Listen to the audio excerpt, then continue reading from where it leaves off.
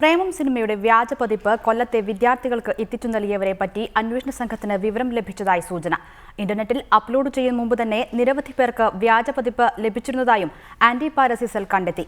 എന്നാൽ വ്യാജ പതിപ്പിന്റെ ഉറവിടം സംബന്ധിച്ച് ഇനിയും വ്യക്തമായ വിവരം ലഭിച്ചിട്ടില്ല.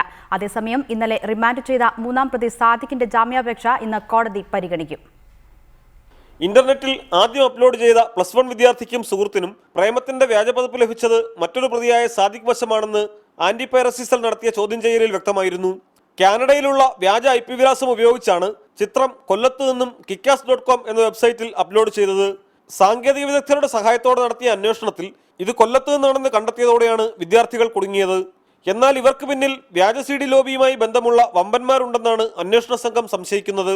ശിക്ഷ ലഘൂകരിക്കപ്പെടുമെന്നതിനാലാണത്രേ പ്രായപൂർത്തിയാകാത്ത കുട്ടികളെ ഇന്റർനെറ്റിൽ ചിത്രം അപ്ലോഡ് ചെയ്യാനും മറ്റും ഉപയോഗിക്കുന്നത്. സാദിഖിന് ചിത്രത്തിന്റെ വ്യാജപതിപ്പ് എത്തിച്ചവരെ പറ്റി വ്യക്തമായ സൂചന അന്വേഷണ സംഘത്തിന് ലഭിച്ചിട്ടുണ്ട്. ഇന്റർനെറ്റിൽ അപ്ലോഡ് ചെയ്യും മുൻപ് തന്നെ നിരവധി പേർക്ക് പ്രേമത്തിന്റെ വ്യാജപതിപ്പ് ലഭിച്ചിരുന്നതായും വിവരം ലഭിച്ചിട്ടുണ്ട്. അതേസമയം പകർപ്പ് ചോർന്നത് എവിടെ നിന്നാണെന്നതിനെ പറ്റി ഇനിയും വ്യക്തമായ സൂചന ലഭിച്ചിട്ടില്ല. പിടിയിലായവരിൽ നിന്ന് ലഭിച്ച വിവരത്തിന്റെ അടിസ്ഥാനത്തിൽ കൂടുതൽ പേരെ ഇന്ന് ചോദ്യം ചെയ്തേക്കും.